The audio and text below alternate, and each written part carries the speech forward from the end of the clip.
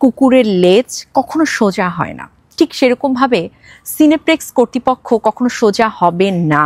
তারা ঠিক যেরকম অন্যের তফেদারি করতে ব্যস্ত, অন্য মানে মাস্টার মাইন্ড বা বস, সে বসিংয়ের যে স্বভাবটা সেটাকে জারি কি করে রাখতে হবে এটাতে তারা ব্যস্ত, ঠিক এই কাজই তারা করে যাবে। এতে করে তাদের যে ভাবমূর্তি ক্ষুণ্ণ হচ্ছে একটা প্রতিষ্ঠান হিসেবে, তারা যে এত নিম্ন পর্যায়ে চলে যাচ্ছে, এটাতে কিন্তু তাদের কোনো রকম কোনো ভ্রুক্ষেপ নেই। এই মুহূর্তে দাঁড়িয়ে বরবাদকে কেন নামিয়ে দেয়া হলো?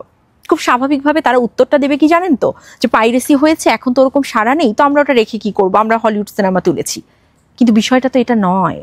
সত্যটা বলার সাহস যদি থাকে না সিনেপ্লেক্স কর্তৃপক্ষ, আপনারা তাহলে সেটা বলুন। শাকিব খানের মুভি, এই 15 কোটি বাজেটে নতুন একটা ডিরেক্টরের মুভি যেন কোনোভাবেই তার মূল লক্ষ্যে পৌঁছতে না পারে, এটার জন্য হেন কোনো কিছু কিন্তু সেই মাস্টার মাইন্ড, সেই বস, সেই কর্তৃপক্ষ এমন কিছু নয় যে করেনি, তাই না? করেছে তো, বাট তারপরেও আটকে রাখতে পারেনি নতুন পরিচালকের মুভি শাকিব খানের সাথে। বসকে সেভ করার জন্য সিনেপ্লেক্স কর্তৃপক্ষ নিজেরাই দায়িত্ব নিয়ে নিয়েছে কাঁধের ওপর, যে বরবাদকে নামিয়ে দাও ভাই, আর কোনো ব্যবসা বাণিজ্যের দরকার নেই, বরবাদের ইতিহাস এখানেই ক্লোজ করে দাও, যা আয় করেছে করেছে।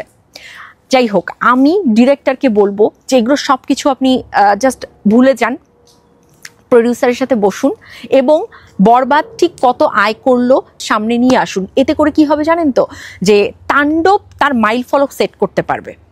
আপনি অ্যাজ ডিরেক্টর আপনার ডিরেকশনের মুভি বরবাদ কতটুকু কি আয় করলো আপনি ব্যাস খোলাসা এটা করে দিন, এবং এরপর তাণ্ডব সেট করুক তার মাইল ফলক, যে তাণ্ডবকে এই বিট পর্যন্ত পৌঁছতে হবে, এটাকে ওভারটেক করতে হবে।